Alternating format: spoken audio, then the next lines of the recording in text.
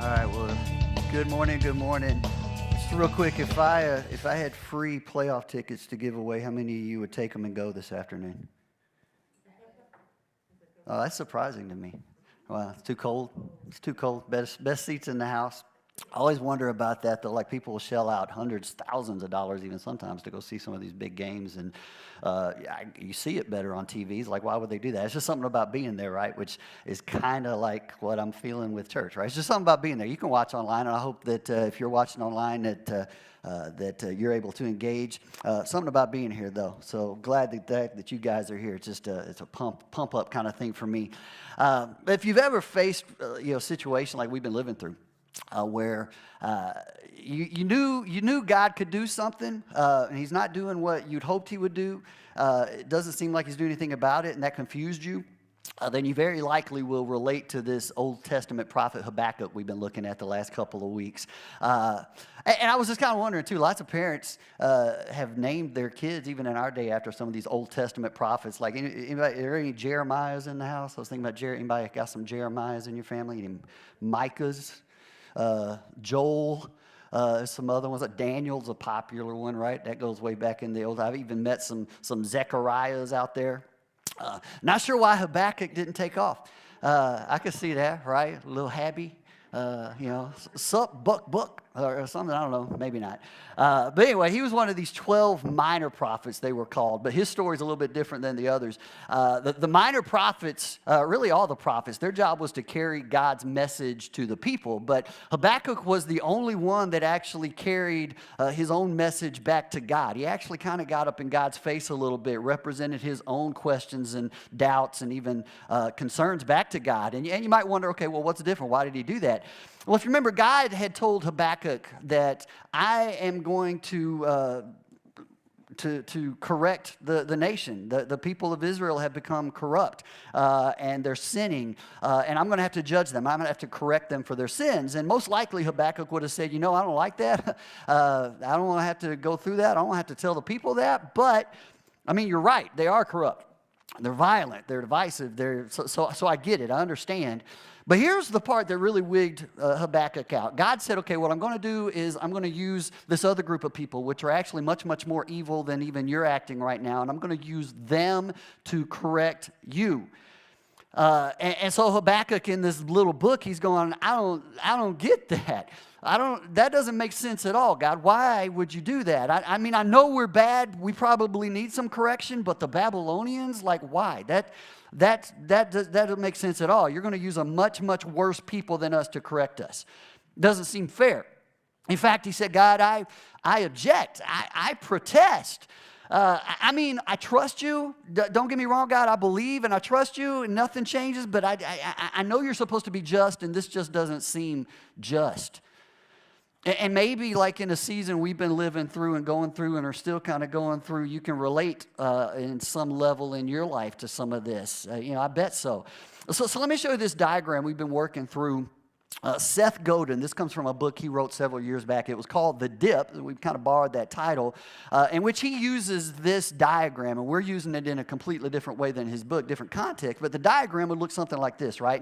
And for us, this would kind of represent maybe somebody on the front end, they've been going through life, and all of a sudden they meet Jesus, or they get some answers, some things start to gain clarity spiritually, and so they enter into this new relationship, maybe start going to church, they build some new relationships, and they start feeling like, wow, okay, life starts to make sense. I start to feel like I have a new purpose in everything I'm doing, and it's all rainbows and butterflies and spiritual unicorns, right? Everything is great. Parking lots are just opening up, and it's awesome. It's like, okay, I get in this spiritual mountaintop experience, and it's great. But then, after a while, things start to kind of level out. It starts to become routine, mundane, just kind of going through the motions. It's not bad, but it's not as good as it was, and then one week it's kind of like, okay, well, church didn't hit me the way it has been hitting me today. Or, the songs aren't speaking to me like they used to speak to me. And I'm still praying, but I don't know if God's really listening as much anymore. It used to seem like he would answer my prayers, and now I'm not sure. And sometimes I just feel like my prayers are hitting the floor. They just kind of bump into the ceiling, and God's not listening. Maybe I did something wrong. Things aren't really falling into place. Maybe, something even happens in my life that makes me start to think, well, God, must not even care. Maybe he's not even paying attention. Is it me? I thought God was always going to be good, but this isn't good. And God, you could do something about it, but you're not doing anything about it. So what's up? I don't get it, right? I don't quite understand. And I won't ask for hands, but most of us could say we've been through a season like that, or maybe you're going through something like that. In this series, we've called that a crisis of faith, right? Or that's the dip. And everyone hits this at some point in their spiritual journey. So what do we do? What do we do if we find ourselves there? A lot of people, right, they want to go right back to that mountaintop experience. I don't want to stay here. I want to go back to what I was feeling before, and we'll try to force things maybe, over-control things, work things up, which kind of leave us even feeling worse after a while.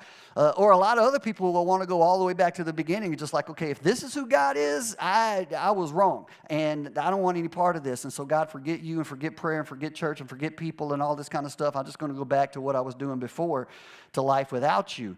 And that's what happens to, unfortunately, a lot of people. They hit this crisis of faith where there's some real questions. There's some real doubts even. Life starts to happen and it gets confusing. And in chapter 1 of this little book, that's where Habakkuk is living. That's where we find him. God, I don't get this. I don't understand. This doesn't seem fair or right at all. Now, chapter 2 we looked at last week, he goes into what we call the season of waiting. Okay, God, I still trust you. It's getting hard. But God tells him, listen, I just need you to chill for a little bit. I need you to be quiet and listen. And I need you to listen real carefully to what I'm going to say, and I want you to write it down, right? You need to hear and understand something, but take notes so later on you can go back and you can remember this is what was going on. You can document it. Here's the evidence, right? Here's the demonstration later of what I'm showing you now.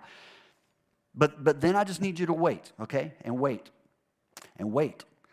And wait. And even though things on the outside might not look like they're getting any better, they might even feel like they're getting worse for a little bit, Habakkuk is waiting on God in chapter 2. But today, okay, in the last chapter, chapter 3, we're going to see something really beautiful. I think really powerful, actually, that even though circumstances don't change right away for him, and this is where it hits me, Habakkuk's confidence in God goes to a whole new level, and it couldn't have any other way. The New Testament actually represents this principle this way in James. I like the way he says it. He tells us, dear brothers and sisters, when troubles of any kind come your way, consider it an opportunity for great joy, to which we would say that's absolutely nuts, James. That's crazy, unless you've gone through it, right? And then he says something we do know, for you know that when your faith is tested, your endurance has a chance to grow. We don't like that verse when we're going through it. We love it when we're looking back on it, though, right? But a lot of people, and I bet you, want to have this real confidence in God. I mean, even if you're not even sure about God this morning, you're watching us or you're joining us right now, you're here for some reason to take a step. There's something you're searching for, and we want a confidence and a real faith in God. But a lot of times we don't recognize that God will often use these crises of faith, these dips in our lives, to actually be the thing that brings us into a chapter 3 type of faith. So with that foundation kind of laid, let's wrap this. I want to dive into chapter 3, verse 1. Here's how it starts out. It says, this is a prayer of Habakkuk, back to God, the prophet, on Shigionoth, which is like, what in the world does that look like? I didn't know this was that kind of church. But most likely, this was simply a musical setting of some type, right? They a lot of times wrote these for music. And an interesting side note, Will Smith picked up on this later and called it Get Shigionoth with It. Maybe you heard it, maybe not. I don't know. But anyway, most likely a musical setting for a song. Verse 2, here's what Habakkuk actually prays. He says, Lord, I've heard of your fame. I've stood in awe of your deeds. And then he's like, Lord, repeat them again in our day, right? In our time, make them known. In wrath, remember mercy. And basically what he's saying is, God, listen, I remember all that cool. I remember all the miracles. I remember what you did for us and our ancestors. God, I know about your power. I've heard of your glory. I remember them. I know you're able. But God, I mean, you're not doing it right now.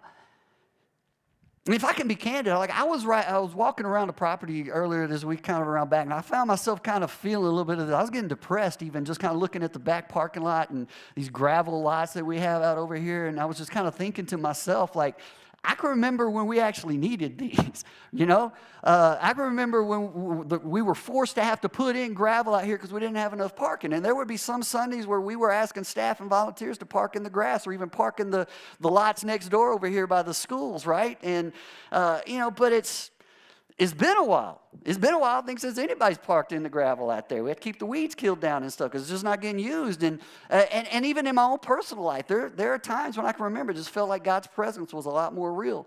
There were seasons where his direction, his providence in my life seemed a lot more evident. It was kind of like, okay, well, God's doing this, and God's doing that, and God's doing this, and then all of a sudden there feels like there's this negative shift. And yeah, some of it's circumstantial, but some of it's here, some of it's here.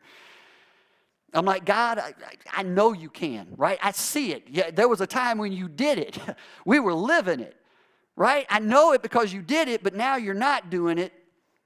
But I know you can because you did it before. So God, do it again. Do it again. And that's exactly where Habakkuk, very much what he's saying here.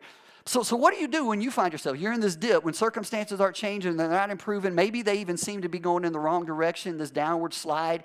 How do you find the faith to start trying to climb your way back out of the dip when you still lack confidence?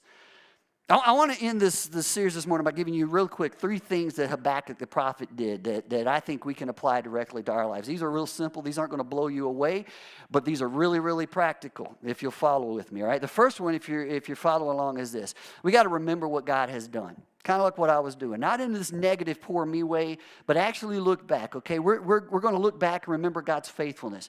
We remind ourselves of his real character, the goodness of God. Remember what God did. And here's what Habakkuk's going to do. He's going to look at some very tangible, very visible things that start to kind of trigger these spiritual memories in his mind. Because, counselors talk about triggers a lot. There are a lot of different things that can trigger memories for you. For example, like smells. I don't know if you think about this. There was a few weeks back, I smelled something, and I couldn't even still tell you what it was. But all of a sudden, I was back like 40 years or more ago when I was like 5, 6 years old. My dad was in the Air Force in London, England. We were living there, and I used to have to walk my way to school every morning. And we passed some type of shop where this smell would come out. And I had not smelled that since then or something similar to it. But all of a sudden, 40 years later, I hadn't thought about that since then. I'm back there because the smell just kind of triggers this thing, right? Or like there's a certain perfume. Some of you guys can relate that Kimberly used to wear. And she got a hold of it again at some point, right? And anytime I smell that, if I smell it now, it's like Barry White starts playing in my head or something, right? It's just like, yes, brings back those memories. Or like blueberry cobbler food. I think of Grandma, Mama's house. When I smell blueberry cobbler, some of y'all are like, no, I smell mothballs. That reminds me of Grandma's house. But there's just certain things, right? They trigger those memories. Or there could be a song. Sometimes those bring back those old memories. Air Supply. Anytime I hear Air Supply, I think of like my first couple skate.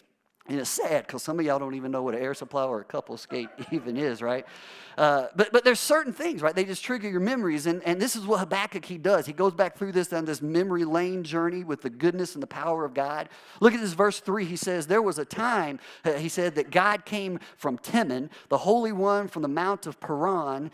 His glory covered the heavens and his praise filled the earth. Now, you might be wondering, okay, well, what's so big about those names and those places? I don't know where those are. Well, to God's people, when they read this, they would know exactly what Habakkuk was talking about, right? Because whenever God had delivered the Israelites out of Egyptian bondage, they crossed the Red Sea, if you remember that story. The sea closed back up. The Egyptians drowned. And this was the place that Habakkuk's talking about. This was the very place that God took his people. This was the place they found refuge. This was the place they started over again. This was their new beginning. Very, very timely, right? And so he's saying, I remember that place. I remember being there just as God would often have people build like an altar or some type of memory that they could look back on and remember what he did. Or like when we celebrate communion in church, that's kind of what we're doing, right? We're looking back, we're remembering the sacrifice that Christ made on our behalf. That's what Habakkuk's doing here. I remember. And then in verses 4 through 6, he goes on, he says this, his splendor was like the sunrise. Rays flashed from his hand where his power was hidden. Plagues went before him. Pestilence followed his steps. And then I like this verse. He said he stood and the earth shook. He looked and made the nations tremble. It's like he just looked. I remember a high school teacher of mine had a look like that. I goofing off or something. You know, she just looked. Maybe you had somebody in your family. They just gave you that look, right? And you just kind of knew you got to quit goofing around. I trembled. Anyway, he looked. He made the nations tremble. The ancient mountains crumbled, and the age-old hills collapsed.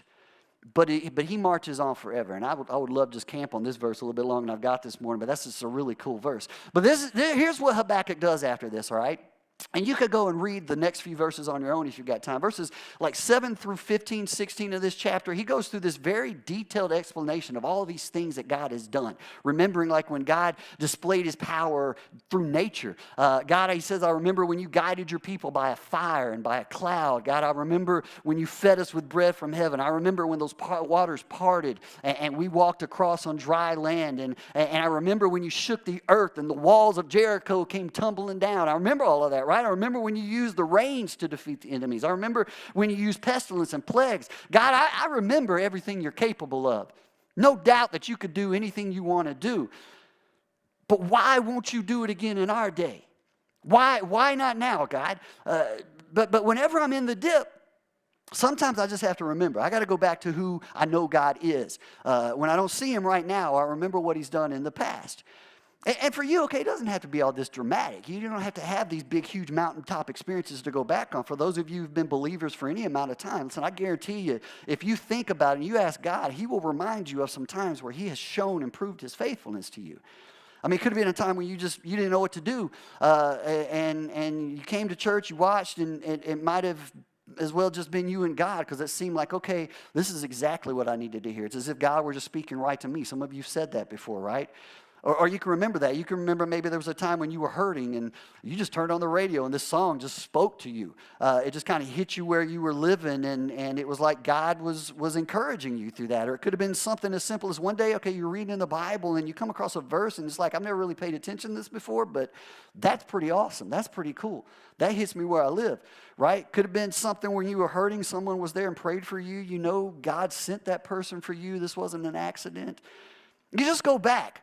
You remember what God has done. You remind yourself of those things and you renew them. God, do them again as he prayed. I know you've done it before. I believe you can do it again. So that's the first thing you do. You remember. Here's the second thing. This is getting tougher, but you accept what God is doing. And when we hear this word accept a lot of times, it sounds a lot like surrender, like waving a white flag or something. We don't like that. But to understand, when I say acceptance here, this is not passive. This doesn't mean you just got to roll over and play dead, not pray to God and ask him to change your situation. No. When you're in the dip, though, it's at least time to acknowledge I'm in the dip. I recognize where I'm at. I'm dealing with reality. Or, if God has spoken the same way he did with Habakkuk, maybe we've got news we just don't like. We see the reality. I just don't want the reality. If God made pretty things pretty clear for you, then you accept. You accept what God is doing. Because listen, okay, too many Christians especially, we have a hard time with this. We shouldn't, but of all people, maybe we're the worst. And if you're not a Christian, you might not completely understand what I'm talking about, but you will appreciate it, I think, because you've seen this in us. I put this picture out because a lot of Christians, here's what we do. It's exactly what we do.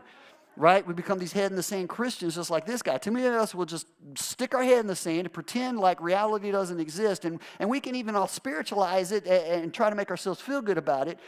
But it's like, okay, when the doctor says your health isn't really good, here's some changes you need to make. Here's some things you need to do. Well, instead of facing the truth, just put my head in the sand, right? It'll work itself out. Or my marriage, my relationship is in trouble, and I know it. And the spouse says, hey, I think we probably need to go talk with somebody, maybe even get a counselor or something. And it's like, no, that never works out. I know people that, they went down that road, didn't do anything. Things will work themselves out.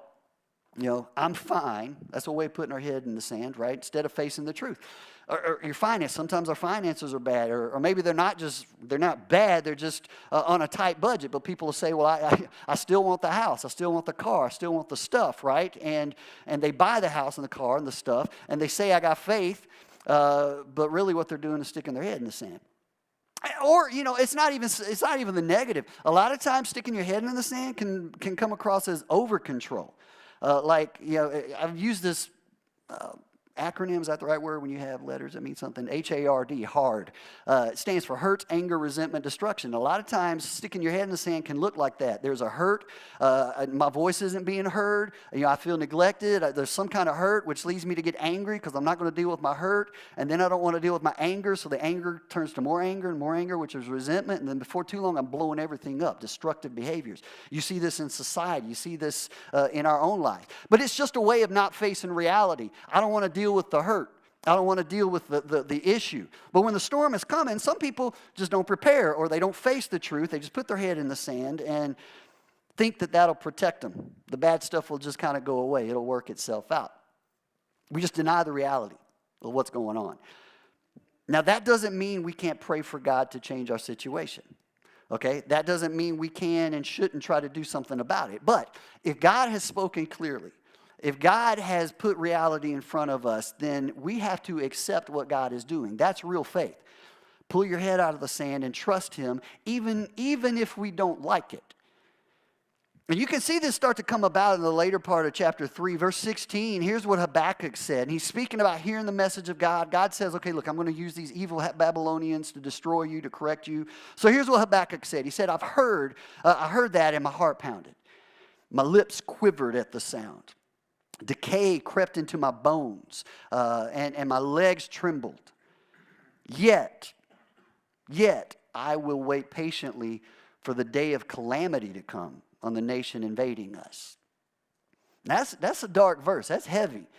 And I want you to feel this, okay? Because this is acceptance. This doesn't feel good, but this is acceptance. He says, my heart pounded inside my chest. You ever felt this, right? My lips started quivering, started doing that little shake kind of thing. My legs, I couldn't even stand. I realized the depth of what God is saying, that this is going to happen, and I dealt with it in reality, and I know it's not going to be pleasant, right? And I want you to hear this, okay? God has spoken, and Habakkuk didn't stick his head in the sand. He didn't retreat. He looked the truth squarely in the face, and he said, look, this is going to be a horrible, horrible season.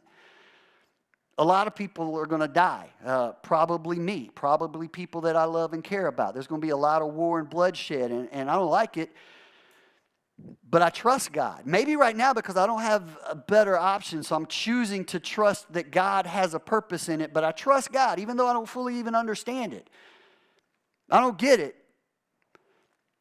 But I trust God. And that's not a denial. It's not denial, but he says God is doing something here. God has spoken, and so I'll accept it. As difficult as it is for me to accept it, I'm going to choose to do that. And sometime, something is going to happen that you don't like. Most likely you're going through something like that right now, in a big picture or maybe something really specific. And God wants you to accept what he's doing in and through that. Now here's the beauty and the power of whatever you're going through. And that is this, okay, number 3. Habakkuk teaches us to trust what God is going to do. We remember what he did. We accept what he's doing right now, which enables us to trust what he's going to do. And this is found very, very clearly in verses 17 and 18. These are some of the richest verses, I think, in this entire story. Okay, he says, I don't understand. I don't like it. I don't get it. The Babylonians, they need to get theirs. This isn't fair, God, right? And we're getting ours, and I don't like it. Yet he says this in verse 17. I love this. He says, though the fig tree does not bud, and there are no grapes on the vines, though the olive crop fails and the field produces no fruit, though there are no sheep in the pen, no cattle in the stalls. He's like, though I've got no reason to rejoice at all. Nothing's going right. He says, yet I will rejoice in the Lord. And I will be joyful in God, my Savior. Based on what?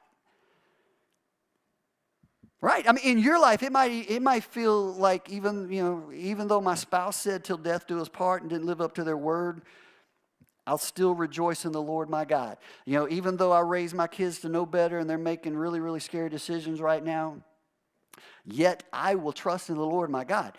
Even though we've prayed physically for someone to get better, and maybe they even got worse, yet I will trust in the Lord my God. Even though it seems like every month there's more money than month, or more month than money, I'll trust in the Lord my God. Even though finances are tough and this season is tough, and it's like hamburger meat costs $100 a pound or something, right? I will still trust in the Lord my God. I don't get off on too much of a side note, but all this doom and gloom, save your cash, save your toilet paper because the world is about to implode kind of stuff, there may be some truth and some things we need to take care of, but God is still in control. And even though I don't like it, even though I don't understand it, even though I know He could do something about it, and part of me feels like He should do something about it, but He's not, yet I will still trust in the Lord. And that sounds absolutely crazy until you give yourself the chance to experience it. And I hope every single one of you would give yourself a chance to have what I would call this Habakkuk chapter 3 level of faith. But here's the deal, okay? You can only have a level 3 kind of faith after you've gone through a chapter 1 kind of a question and season of doubt, and a chapter 2 season of waiting and trusting in God. Because God can do so much more through the spiritual dip we've been talking about than He ever does on the mountaintop. And those who are really closest to God and can testify to that can do so because they've been through it. And in the low times, that's where God proves His faithfulness. That's where God proves His character and His trustworthiness and His grace and His goodness. And I can tell you, my favorite thing about having followed God and followed Jesus for almost 4 decades of my life, the first half of my relationship with Him, I don't think I could say this. I had an immature, young faith. But after all of these years, here's what I can say. I want you to gravitate on this, okay? I want you to think about this. I can say with honesty that I've walked through with Jesus through enough yesterdays to be able to trust Him with all my tomorrows. It's not blind faith at all. It's based on what God has done for me and is doing for me now. Got no problem trusting God with the future. Do I like it? No. Do I like the uneasiness and the uncertainty of not knowing where things might end up? Or that things might even get worse? Of course not. I don't like that. That's not reality. But God's always been faithful. And I pray that you can experience that. And if not yet, one day, that you will have known the goodness and the grace and the faithfulness enough yesterdays to be able to trust Him with all your tomorrows too. You remember the first week we talked about what the actual name Habakkuk means. Anybody remember? I think I heard somebody say it means to wrestle. To wrestle. There we go. Yeah, it means to embrace. And even when you're in the dip, even when you don't understand, I think that's what Habakkuk teaches us, to continue to embrace God, to continue to wrestle perhaps even with Him. God, I don't understand. I don't get it. This has gone on way too long. I'm ready for some positive, right? I'm ready for things to change back. I don't get what you're doing or why you're not doing anything. And maybe I'm even pushing back on you, God. I love you, God, but I don't understand. And yet, I choose to trust you.